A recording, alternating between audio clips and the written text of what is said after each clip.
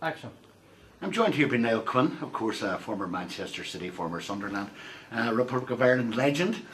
Welcome to the city. Thank you very much. Great to be here. And of course, you're here today supporting the Meaton City Soccer Academy.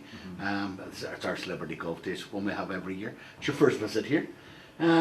Academies, what do you think of them?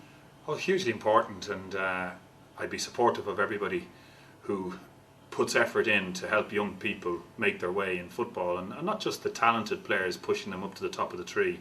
I suppose the education that you give through football for other kids who ain't going to make it right up to the top, but come away with a good confidence, a self-confidence with life. So it works right the way through. And okay, it's great to get your talented players right up through a loop, and that's why you do it in some respects. But in other reasons you do it because you want to impress upon young people the benefits of sport, education through sport, and where it will stand for them in the rest of their lives.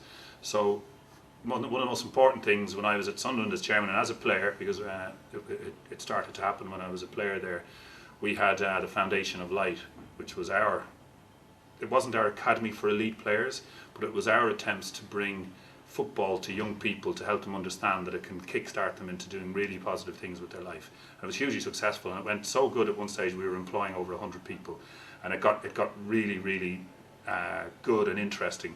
And then alongside that, then you had the emerging talented players who we were able to bring into our academy.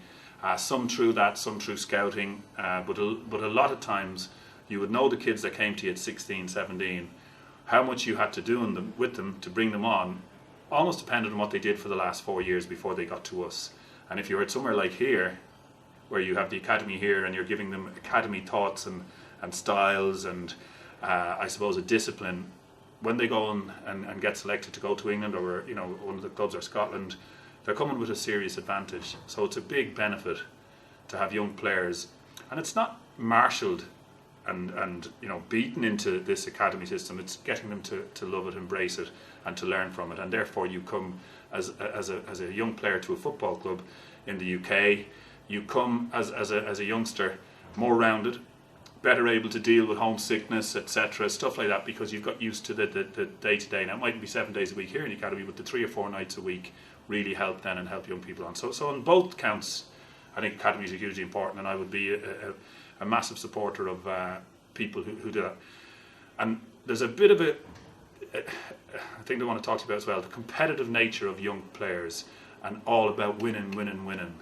And I think sometimes young players can miss out because the drive to win as a team, win their trophy, think it's all about win. Sometimes they're too young and they need education that it's not all about winning, and how to deal with defeat and how to deal and make yourself better and learn from the things that go wrong. And that's where academies are vital. If you just have your local team that start to emerge and you're all on a journey together as a group, and I've met lots of people, me included, who went to under 17, under 18, their local team. We weren't part of an academy structure, and we went too high when we won and too low when we lost.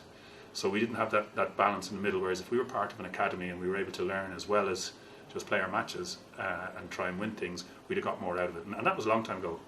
Now that's improved greatly, and I would be a great supporter of people who put that effort in. Here at Meaton City, we're not just trying to develop a talent, we're trying to develop a personality, we're trying to develop a person. Is that the way forward? Yeah, without a doubt. I think, the old days we went to school, in my time we did geography, English, maths, whatever, all the different things that you did, and you came away with an education, but the world is different now. Yes, there is the formal education that you need, but dealing with life and what it's thrown at you, and being, I suppose, educated in life choices, and doing that through football, the power of football to bring that into play and to make good, strong young lads with good sense of who they are and whom they represent and what it's all about going forward for them. That's the clear message that academies like yourselves are saying out there, that we're doing this valuable work, really valuable work. We're not teaching them maths, English, geography, but we're teaching them to deal with situations and make them first-rate citizens. And that's a huge thing, because there's always a gap between the formal education and those who fall away from that, and the ones who obviously are good at education, go on to university. There's a big chunk in there in the middle, and the academies are vital in doing that. So I'd be hugely supportive. you're a font of knowledge in the game. I'm serious. It's been an absolute pleasure sitting here listening to you. And it's not often I'd be in awe of anyone. But I tell you, absolute legend. Oh, not at Niall all. Quinn, thank you very No, much. it's great, and keep it going. I'll be very interested to see now how you keep going over the next few years. Top man, thank you. You're welcome. Cheers, lads. Thanks, Dave. No, not at all. Thanks,